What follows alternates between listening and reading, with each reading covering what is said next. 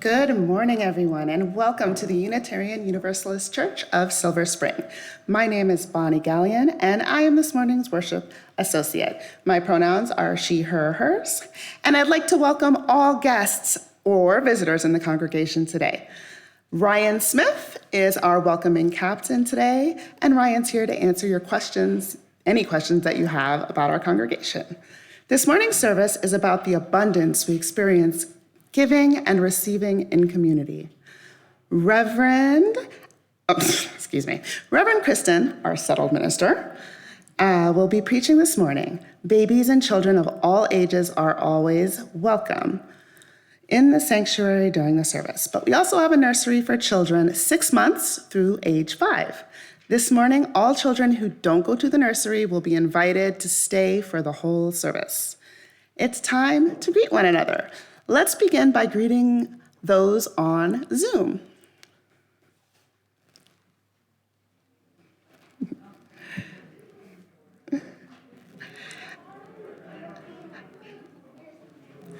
Yes, wave to those on the right that you see joining us virtually. And all of you joining us from Zoom today, please turn your cameras on so that we can see you. A lot of you are still black boxes. All right. Now, I invite those on Zoom to greet one another in the chat, and those here in body to get up from your seats, move around, and say hello to your friends and neighbors here in the sanctuary. Let's remember to be kind to the introverts and return to our seats once the hymn begins. Good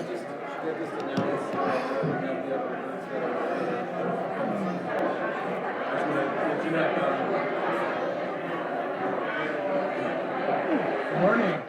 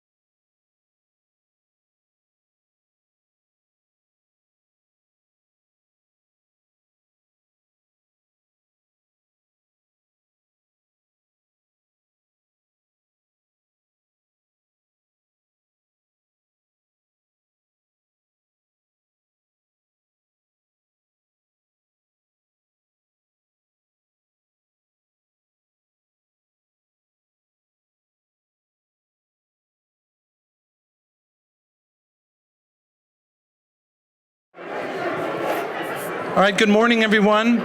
We ask you to please be seated. And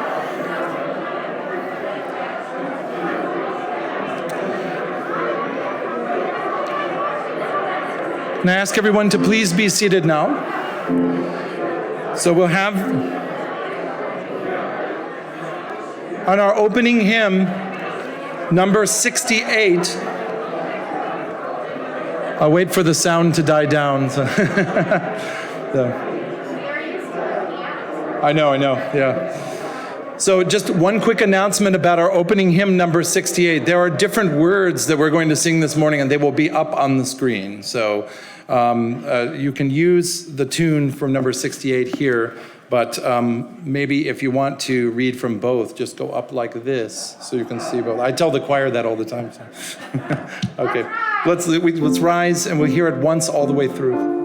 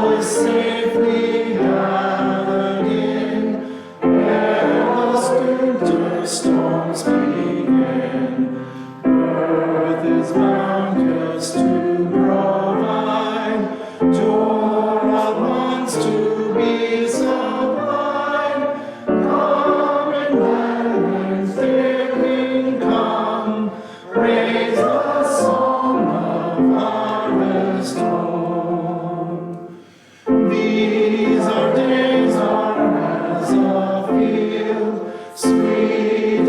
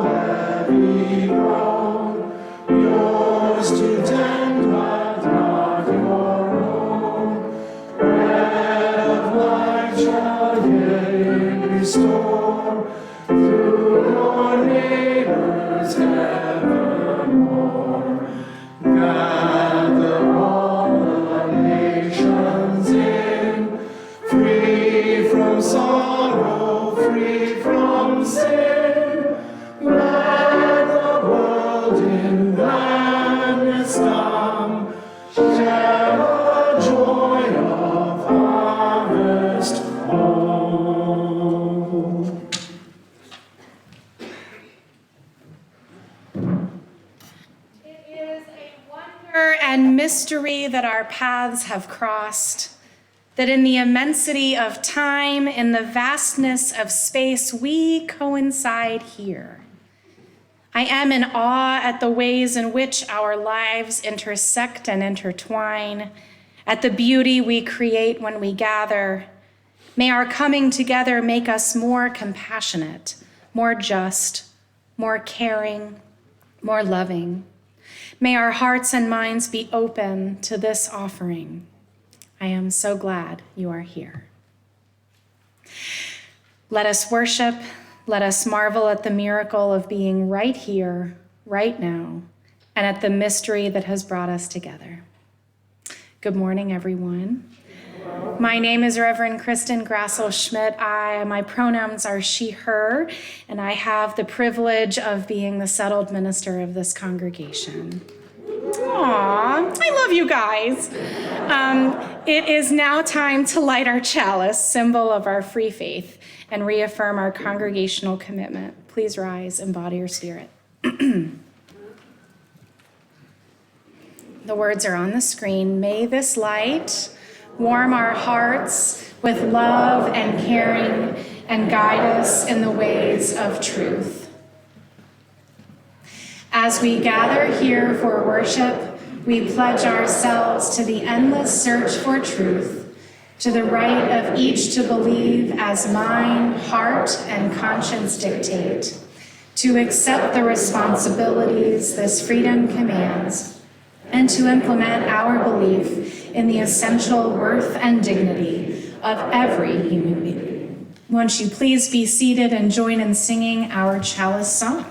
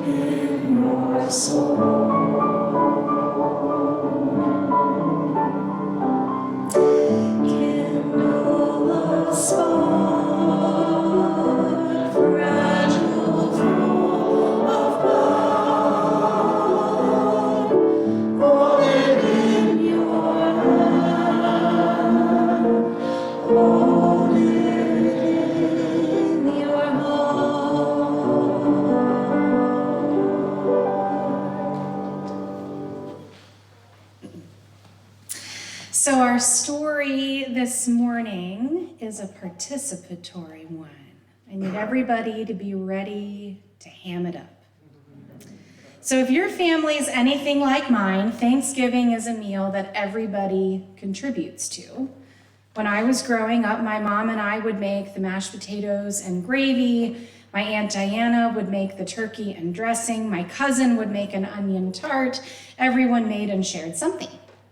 These days, we host Thanksgiving at my house, and I do the majority of the cooking, but my mom still bakes her cookies and brings them, and our guests each bring something to share. And this morning, we're going to hear the story of a village that learned how much better things can be when everyone shares what they can. It's not the usual kind of story. What makes this tale special is that I need all of your help to tell it.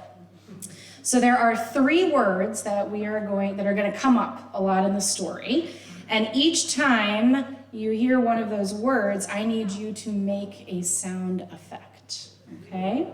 So every time I say the word hungry, I need everyone to rub their belly and say rumble, rumble. All right. Every time I say stone, you can either stomp your feet or go like this and say thud, thud. Excellent. And every time I say volunteer, I need you to raise your hand and say, I can help. Excellent. Excellent. See? It's a method to my madness. Yeah. All right. So, yeah. I got a lot more laughs than I was expecting. All right. This then begins our story of stone soup. A traveler reached a town late one afternoon, and she had been walking for hours, and she was so tired and very, very hungry. Rumble, rumble. I'm so hungry. Rumble, rumble. She said, but I'm afraid I don't have anything to eat because I don't have any food and I don't have any money. No food and no money. What was she going to do? As she pondered her predicament, the traveler wandered into the middle of the town square. Soon all the townspeople gathered around her, curious about this stranger. Hello, said the traveler. I have traveled very far and I am so hungry. Would it be okay if I camp here for the night? You can camp here, said the mayor, but we can't feed you. We barely have enough for ourselves, let alone extra food to give someone we don't even know. Oh, well, said the disappointed traveler. Oh, wait a second, I know. We can make some stone soup. The townspeople looked at the traveler a little bit to the side. Stone soup? It would be fun to see how the traveler pulled this one off. Okay, I'll bite, said the blacksmith. How do you make stone soup? Well, first we need a large pot, explained the traveler. Someone volunteered, I can help, and brought the largest pot that she could find. Great, said the traveler. And now we need some water to fill it with and fire to heat it. Several people volunteered and carried many buckets of water in order to fill the pot. A fire was built on the village square and the pot began to boil. The traveler was very pleased. Then she asked, please, can someone go find 3 large, round, smooth stones? Thud, thud. The townspeople's eyes grew round as they watched the traveler put the stones into the water. Now everyone was hungry. After a few minutes of watching the stones in the water boil, a townswoman volunteered to add something to the soup. Well, any soup needs a little salt and pepper. Oh, thank you, said the traveler. Stones, thud, thud, like these generally make a very good soup. But oh, if only we had a few other things to add, it would be so much better. And at that, someone else volunteered. It's not much, but I've got some leftover rice at home I could throw into the pot. And she went home and she got some rice and she put it in there. And another woman volunteered to add some carrots that she had at home to the pot. And the blacksmith, he brought a few potatoes he had chopped up. And soon every townsperson had contributed something, and the pot was boiling with a hearty, thick soup, thick enough for everyone to share. And at last the soup was ready, and everyone was so hungry. Tables were set in the square and all around torches were lit. Such a soup, how good it smelled. But then the townspeople thought, wouldn't a soup be better with that extra bread that I have left over from last night? I'll bet it would be great along with that turkey that I made the other day. Finally, everyone sat down to eat together, having brought what little extras they had from home. Never had there been such a feast. Never had the townspeople tasted such a soup. And to think, made from stones. They ate and they drank and they drank and they ate and they danced and they sang into the night. And in the morning, the whole town gathered in the square to give the traveler a send-off. "Many thanks for what you've taught us," said the mayor. "We shall never go hungry, rumble, rumble, now that we know how to work together and make stone, soup. We might not be making soup from stones today here at UUCSS. Thank you. But after today's service, everyone is invited to stay for lunch. Yay! To celebrate the kickoff to our capital campaign. Some of the food has been catered and it sounds absolutely scrumptious. And some of you have made pies and brought them, and those sound even more scrumptious to me. I love Pie Sunday. No matter what it is we're all contributing to, it is amazing what can happen when we all give generously in community. And that's the end of our story today.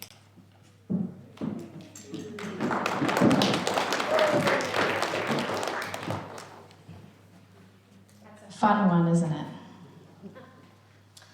So here at UUCSS, we share our gifts to fuel the flame of this congregation. But this is also a community where we share the highs and the lows of our lives. So in that spirit, it's now time for joys and sorrows. You may come forward and light a candle in silence if you prefer not to share your joy or sorrow aloud. But I invite anyone who has something precious to share aloud to come forward and speak that into the microphone. Please make sure to begin by saying your name and keep your remarks brief so that we have time for everyone who wishes to speak to do so. And after each person shares, I hope you'll join me in saying, "In every joy and sorrow, we are held in love beyond belief." So I have 3 sorrows. We have to work at relaxing. Sometimes I have to work especially hard at relaxing my body, allowing it to be calm, to be quiet, to be still. And I invite you now into a time of allowing not only your body to be calm and quiet and still, but to allow our minds to be calm and quiet and still. If you have suffered a deep loss in the last year, I invite you to stand or raise your hand during the silence so the congregation can bear witness to your grief. Let us now enter into a moment of quiet together.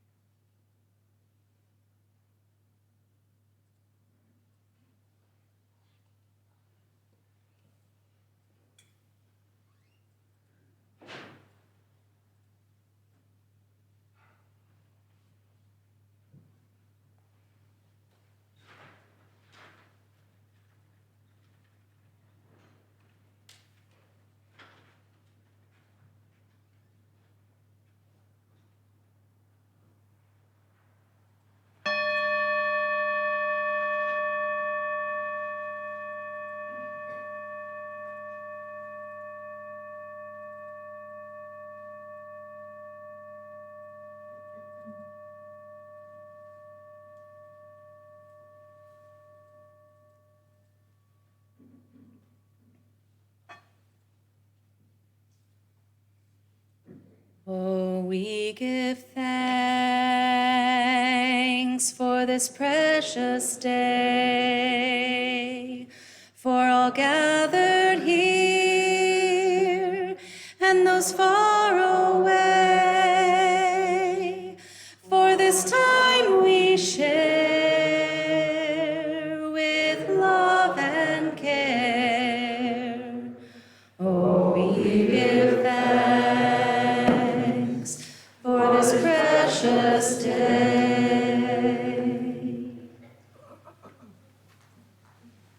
Source of all, God, whose other name is love, on this Sunday before Thanksgiving, we have so much to be thankful for. For the miracle that is our lives, for ordinary days made holy, for a land of plenty whose gifts we enjoy, and time with family and friends for the holidays.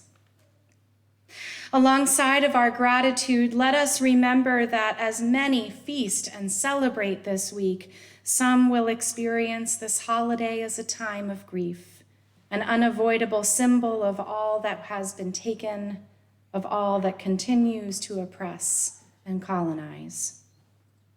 As many feast and celebrate, some will be working hard to serve our dinners, ring up our last-minute groceries, fill our online orders, and deliver our free shipping.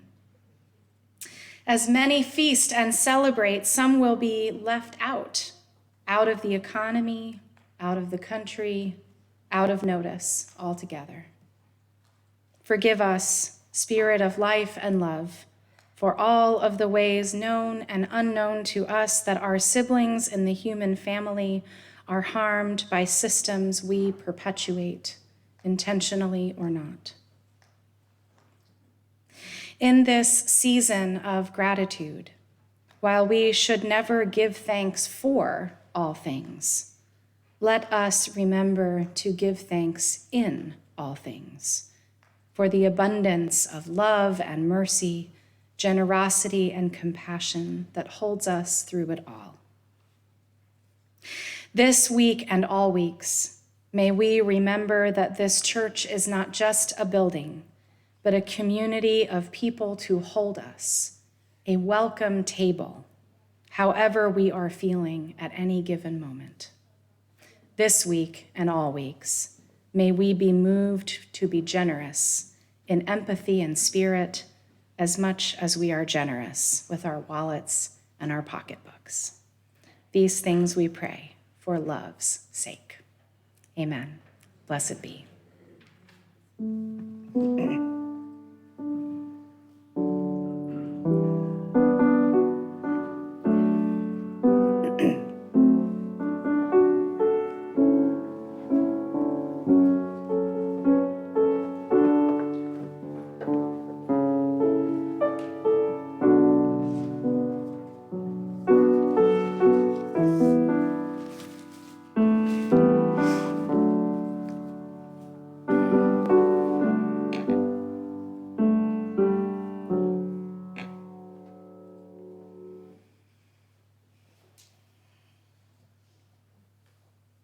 Several years ago, I heard the Reverend John Behrens, former president of the Unitarian Universalist Association, tell this story from the Hasidic tradition.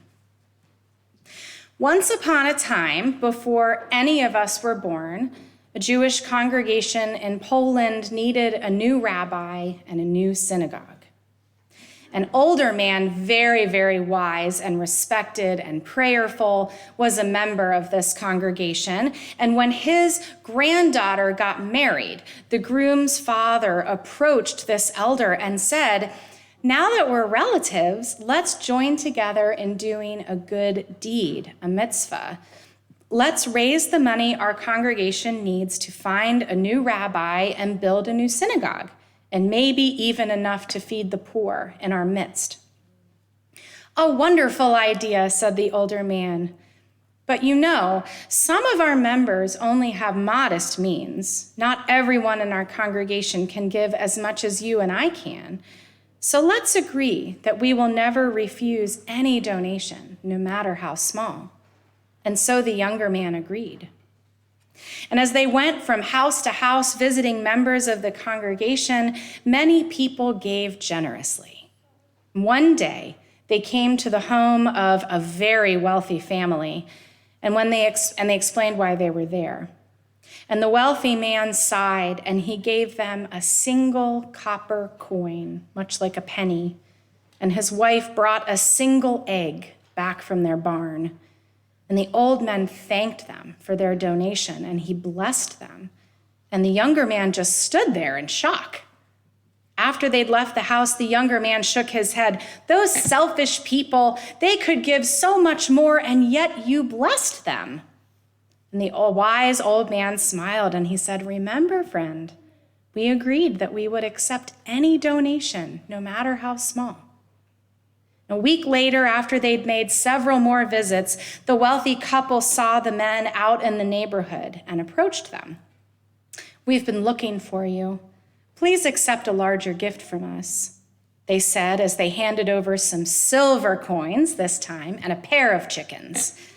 The older man smiled and thanked them and blessed them. And again, the younger man shook his head. "Well, that was better, but they have the means to give us gold coins, not just silver, and flocks of chickens, not just a pair." The elder man reminded his younger partner of their agreement, and they continued on with their visits.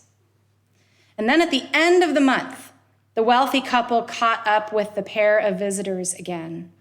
This time, they gave them a large bag of gold coins and said, "Please take this. Also, we've arranged for chickens to be brought to the poor families each week to help feed them. Please forgive us for how little we gave you in the first place." "Of course," said the old man. "God bless you." And at that, the rich man sighed with relief and walked away, looking happier than they'd ever seen him before. This time, the younger man was surprised. "I don't understand," he said. "I think I know his story," the older man said. "Before he became rich, that man was as generous as he could be. And then one day he was out with a wealthy business partner when a beggar asked him for help. He had only a penny in his pocket and he gave it willingly, but the beggar threw it back in his face and cursed him. And that curse hardened his heart. And after that, he and his wife only gave the minimum when people asked them for help. When I blessed and thanked them, it began to soften that curse. That bit of gratitude, that blessing began to grow inside of them. When I blessed them the second time, for what they gave a little more the second time, the capacity to be truly generous was finally released within them. Each gift they gave and blessing they received made the next one possible. And our willingness to receive their blessings with gratitude has restored them both to their inner goodness. And now we have raised enough to feed the poor and find a new rabbi who will be wise and truly bless us. And maybe if we can transform enough hearts, we will even have enough to build that new synagogue. I love that story. Like the congregation the two men were raising money for in that story, UUCSS has some things we're raising money to do, things we've needed to address for a long time.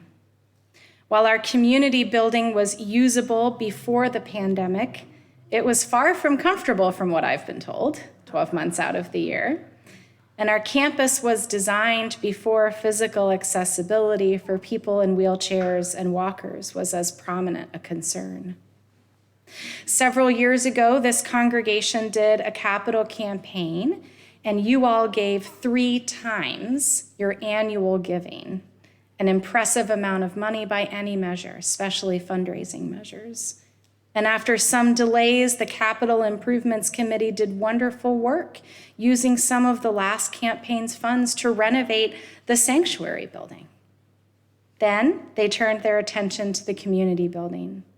The money left after renovating the sanctuary turned out not to be enough to cover the costs of renovating the community building or making our campus more accessible for those with limited mobility. The Capital Improvements Committee has done an incredible amount of work managing projects, approving drawings, updating the board and the congregation, and even adding solar panels into the plans to make the community building fossil fuel free. Woohoo!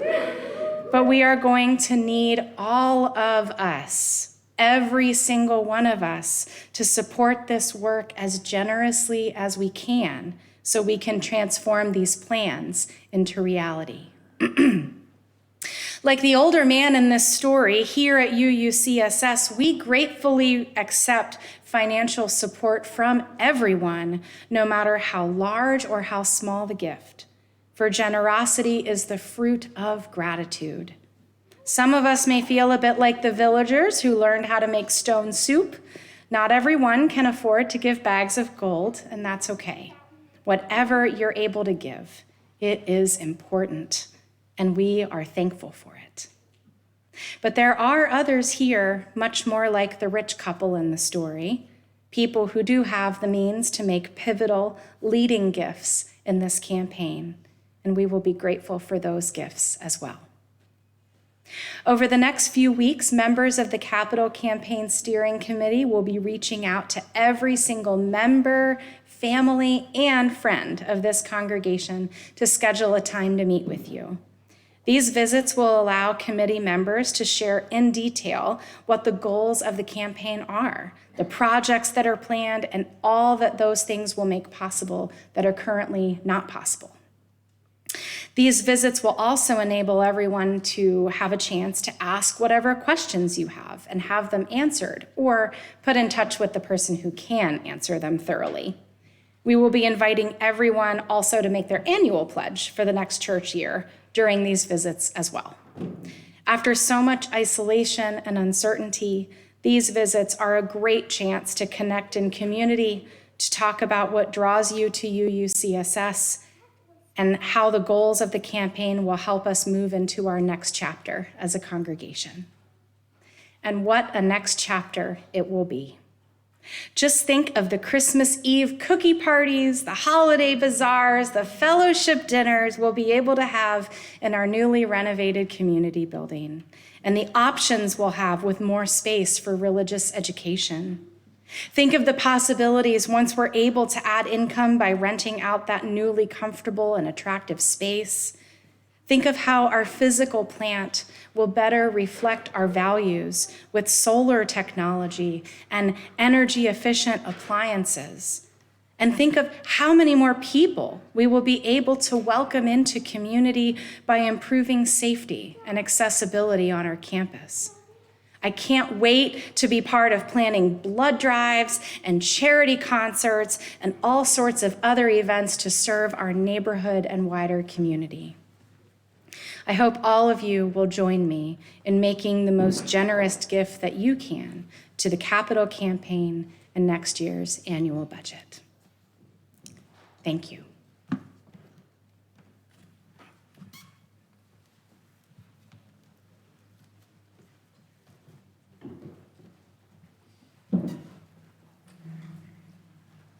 Now it's time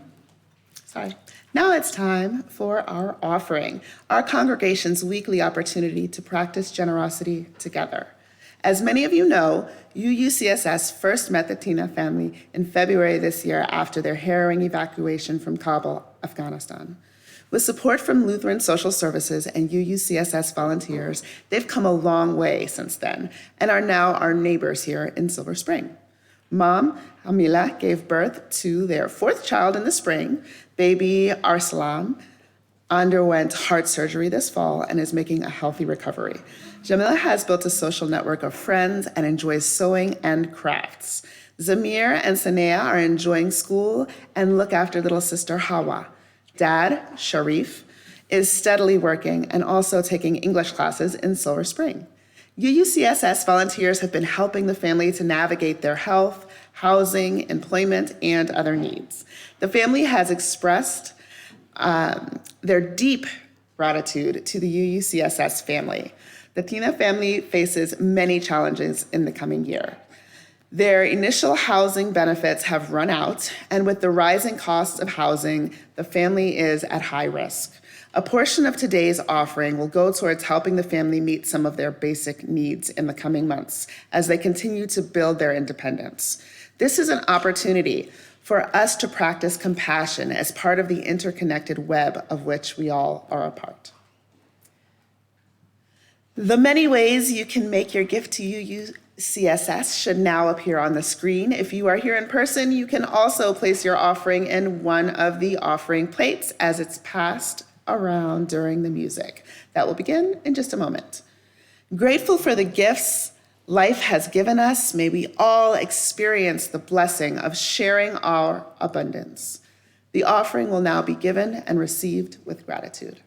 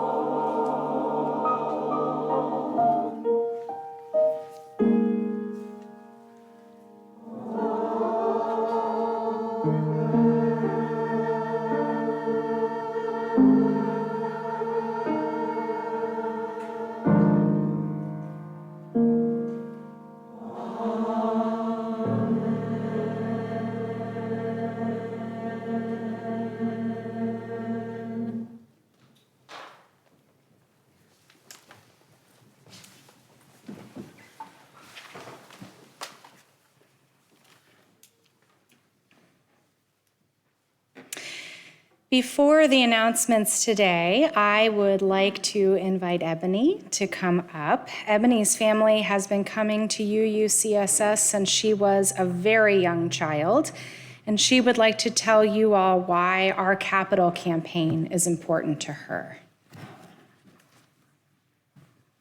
Thank you, Ebony.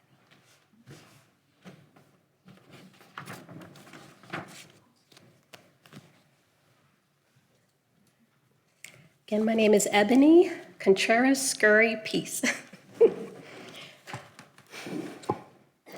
I'm glad to be here with you this morning. The unexpected can happen. The unexpected has happened to me, to my family. I bet the unexpected has also happened to you and to those you love. You know, our capital campaign has these 3 goals. The first is to fund the completion of the community building renovations. This goal is about comfort, functionality, and increasing our rental income. The second goal is to improve safety and accessibility. The third is to accelerate the payoff of our mortgage. All of these goals are important. However, the unexpected can happen. Over 5 years ago, my father had a stroke. It left him wheelchair-bound and unable to speak. He's paralyzed on his right side. If there were an emergency here, without an accessible exit, the only way he could get out is if others literally picked him up and carried him out. That's a lot to ask. Where is the dignity in having to make such a request?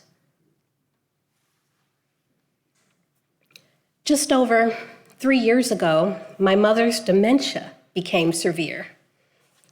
Once we started worshiping in person again, my mom went downstairs to the restroom and could not find her way back up. She was a bit distressed and embarrassed, but she survived. Since then, I've been in conversation with our sexton and the greeters. Everyone works together to ensure my mom is in good hands if they see her wandering around. I can't express how deeply appreciative I am of this extra effort to care for those in our community who are in need. This is what beloved community does. This type of compassion is what a beloved community looks like in practice. I didn't expect my father's stroke, but it happened. I didn't expect my mother's dementia and the aftermath, but it happened. As I reflect on our capital campaign, the goal that resonates with me the most is safety, accessibility. Paying off our mortgage is important, and having a comfortable space we can increase our rental income is beneficial. And if the unexpected happens and there is an emergency, no amount of rental income can bring back a life lost or forever changed. No amount of physical comfort and functionality can console the pain of our spirits if we're unable to raise the funds we need for the safety and accessibility of every single one of our members and friends. My father signed the UUCSS membership book on December 6, 1987. I was 4 years old. Since that day, UUCSS has been a blessing to my family. Today, November 20th, 2022, I ask each of you to continue to be a blessing to my family, to continue to be a blessing to each other, to our community. Support the capital campaign with a financial pledge. Your financial pledge gives us the resources we need to provide and to live into the promise of the 8th principle, to do our part to nurture and embody beloved community. Yes, the unexpected can and does happen. With your support, with everyone's pledge, we will be ready. May it be so.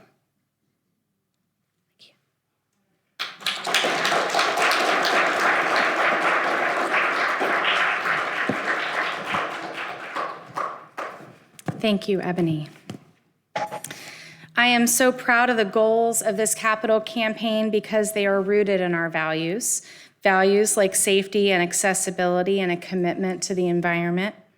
I'm also proud to share that thanks to the generosity of several lead givers, we have already made some pretty impressive progress toward our $1.2 million goal. Now, I am wondering if there are any kids in the congregation who would like to come up and help me tell the congregation how much we've already raised. If you're willing, all I need you to do is hold up a piece of paper, okay? Come on up.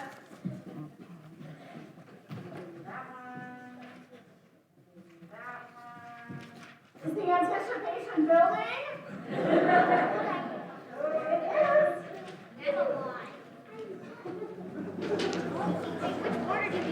Okay, how about you all just get in line? Let's see. Let me see. Hang on. Okay, the dollar sign needs to go first. Okay. Okay, you stand right here. Okay. And then where's the 4? And then we need the 6. A 0. Yep, and then we need the 3. And then the 2. And then the 0. Oh, wait, there's a number missing. Oh, wait. There's a number missing. Oh. Look at that.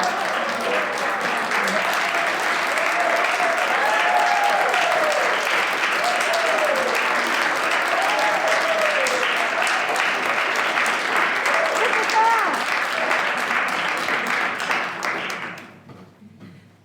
$546,320. That's 46% of our $1.2 million goal on the first day of our kickoff. Yes, UUCSS!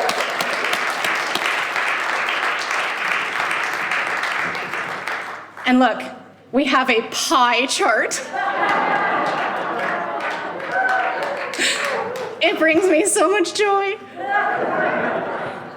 So with every gift, every single person pledges, we're going to be able to fill in that whole pie chart. And once we reach our $1.2 million goal, and once we exceed it, we'll be able to add another pie to the pie chart.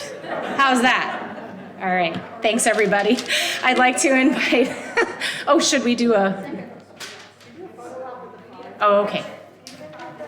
It looks... Okay, here we go. I'm never one to turn up a photo op. Awesome. Awesome. All right, I would like to invite Robin to come forward and give our actual announcements for today's service. All right, my name is Robin Morlaski. My pronouns are she, her. And I have the administrative announcements that help illustrate the stuff that you cannot see at work that helps this place tick. My name is Robin Morlaski. My pronouns are she, her. You can hear me now. And I'm here to do 4 announcements today. I know we said there were 3, but I thought of a 4th one that illustrate the back end of how we keep things running here. First announcement, mark your calendars now for Sunday, December 11th. We will have a service of Advent lessons and carols at 10:30, and afterwards a crafting and caroling party to get ready for the winter holidays.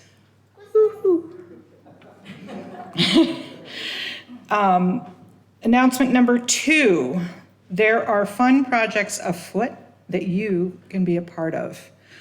In addition to the wiki, which I know you've heard of, which was a new project that we're launching pretty soon, I'm also relaunching the art committee and the outreach committee, and there's a bunch of other efforts that need all different kinds of help. If you enjoy finding typos, if you enjoy cleaning out closets, if you don't enjoy any of those things, but you maybe do something else, we need all kinds of support. Please send a message to COMMTEAM, C-O-M-M team, at uucss.groups.io, and I will hook you up with the biz. Most of this happens virtually. There's some hard work, there's some light work, there's really something for everyone, so please be in touch. The third announcement is that today is the last day for the Thanksgiving dinner matchup. If you need a place or if you have a seat or two at your table, please sign up using the form, which is a link in the weekly All Church email that most of us will have received. If you didn't get it, or if you want a quick connection to the link, I can send it to you during the party after this. And announcement number 4 is please stay in your seats after the postlude for some special information about the capital campaign. Thank you so much. We give blessings for all the work that happens to keep things moving. Thank you. Now won't you please join me in the words of chalice extinguishing? They will appear on your screen. Carry the flame of peace and love until we meet again. And now let's rise in body or spirit and join in singing our closing hymn, number 318, in the gray hymnal. Words will also be on your screen. We would be one.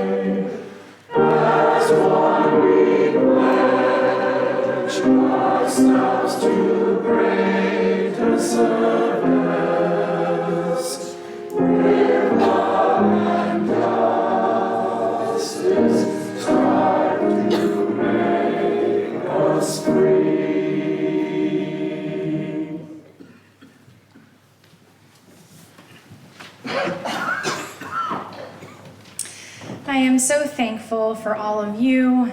I am so thankful to be your settled minister. Our worship now has ended. Our service begins. And after the postlude and a few remarks, let's party.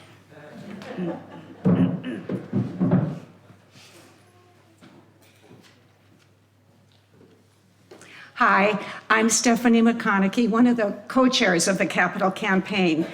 First, a little history.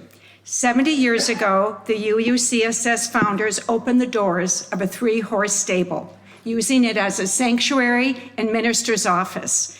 Since then, UUCSS has literally opened other doors, first to the community hall, then the administration building, and last, our sanctuary. We've opened other kinds of doors as well, to compassionate and inspirational ministries, to efforts toward social justice, to the education of our young people, to mitigating climate change, to the inclusion of deaf and hard of hearing people, and to building a diverse, multicultural, beloved community. Our 2022 capital campaign focuses on renovating the community building. Why? For ourselves, for others in our wider community, and for making our campus safer, more energy efficient, and more accessible. As recent board members, and now as co-chairs of the capital campaign, Maggie Hayes and I were aware of the unsatisfactory condition of the community building and the drain on our budget as the church began losing rental income. Like you, we experienced an unheated building, cold drafts from lack of insulation, and stepping around buckets due to the leaking roof.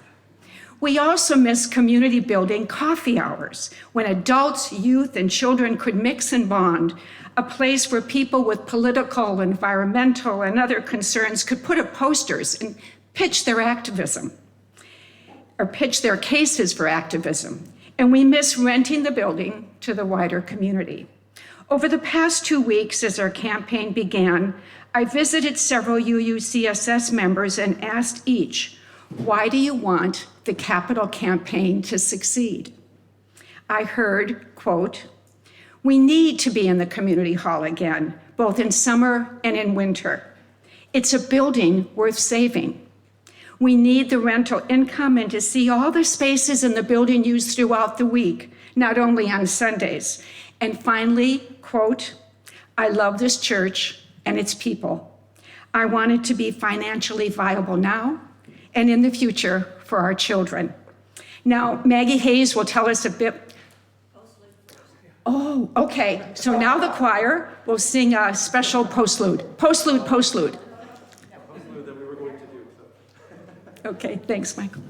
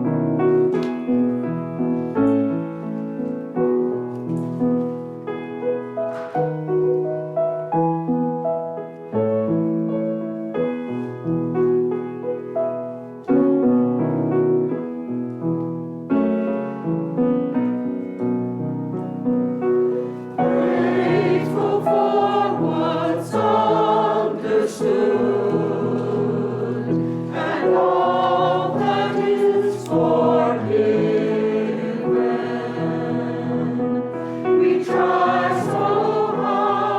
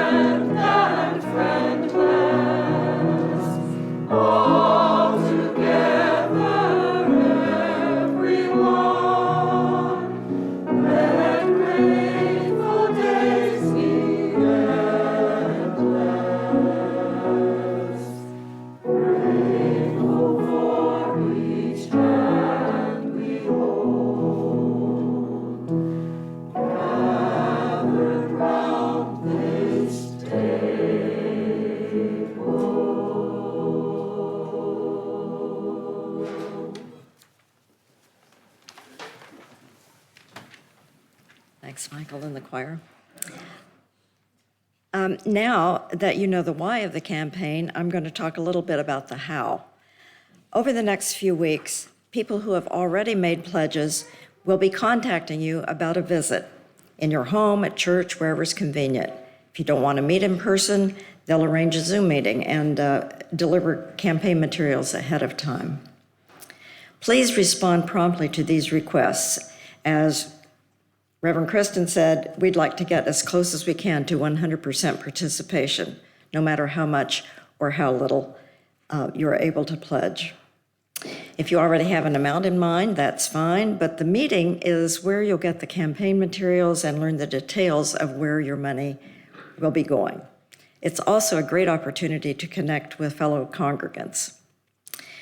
Now, ordinarily, we would have our annual budget drive in the spring to fund the yearly activities of the church. But back-to-back campaigns would be burdensome, we feel, for everybody. So your visitors will also ask you to make a pledge for the church year that begins July 1st, 2023, at the same level as last year, or as this year, this present year. And don't be surprised if you're also asked to have an hour of training so you can visit other congregants.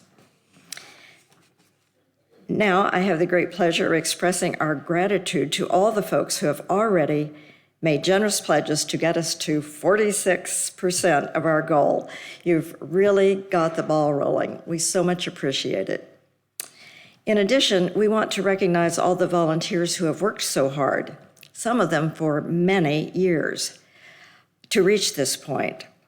There are too many of you to name names, but please stand up or raise your hands on Zoom as I mention your group. Some people are going to have to stand up 2 or 3 times. But since we are all hungry, rumble, rumble, let's hold our applause until the last group has been recognized. First are the members of the Capital Improvements Committee. No applause, no.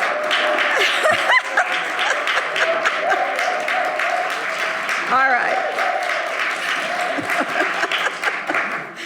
If you are more appreciative than hungry, we can clap. Okay. They have worked with contractors to identify the necessary improvements to the community building, have planned how those renovations will be done, insisted on going green whenever possible, and arranged financing that's based on the energy efficiency aspects of those plans.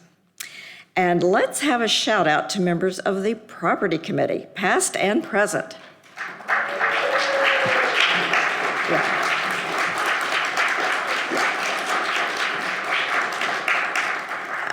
With insufficient resources every single year, I believe, they kept the community building open and functional for a very good long time. Next are our board members.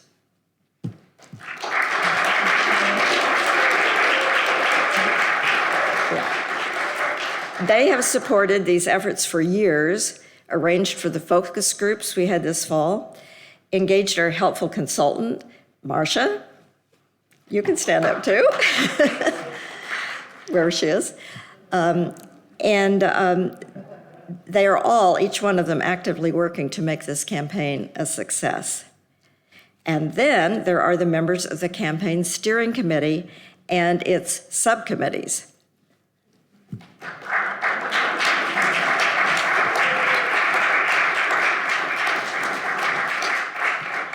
They are organizing all these visits, preparing campaign materials and communications and the pie chart, keeping track of finances, and arranging this terrific kickoff event. Okay, and finally, our thanks to Reverend Kristen and her remarkable staff for their inspiration and dedicated work in support of opening our doors.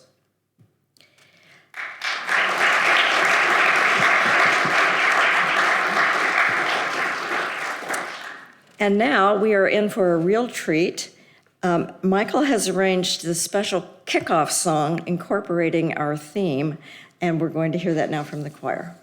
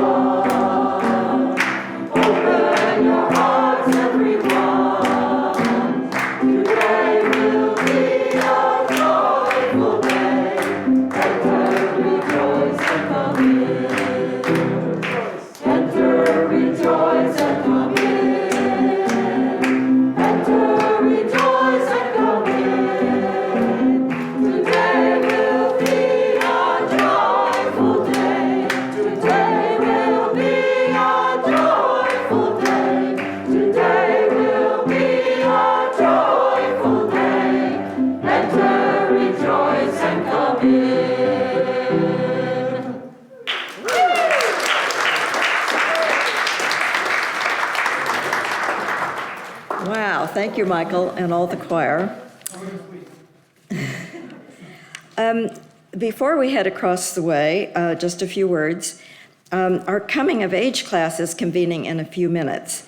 So we'd like to invite the COA youth and facilitators to go to the front of the buffet line so they can enjoy the lunch and begin their class on time. Now, all of you must keep your masks on as you cross into the community building to fill your plates with a yummy buffet from Green Plate Catering. We are always green. Augmented with the scrumptious pies you've heard about. While you're approaching the building and waiting in line, you will notice visible signs of what needs fixing. Yes, that's why we put the food over there. Then, if you're comfortable with, one more thing. Please note the labels on all the dishes. Some items are vegetarian, vegan, or dairy-free, and let's make sure there's enough of those dishes for folks who have dietary restrictions.